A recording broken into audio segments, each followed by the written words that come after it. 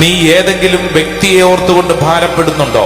ഒരുപക്ഷെ നിന്റെ വീട്ടിലെ ആരെങ്കിലും കുറിച്ചാണോ നീ ഭാരപ്പെടുന്നത്? നിന്റെ ആരോഗ്യത്തെക്കുറിച്ചാണോ നീ അസ്വസ്ഥപ്പെടുന്നത്?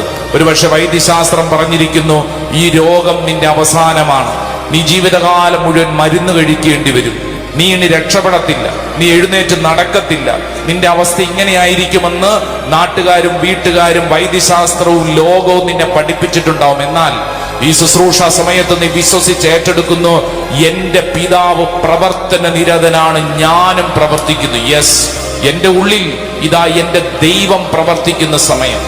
എല്ലാം അവസാനിച്ചുവെന്ന് കരുതുന്നിടത്ത് ദൈവം ആരംഭിക്കും.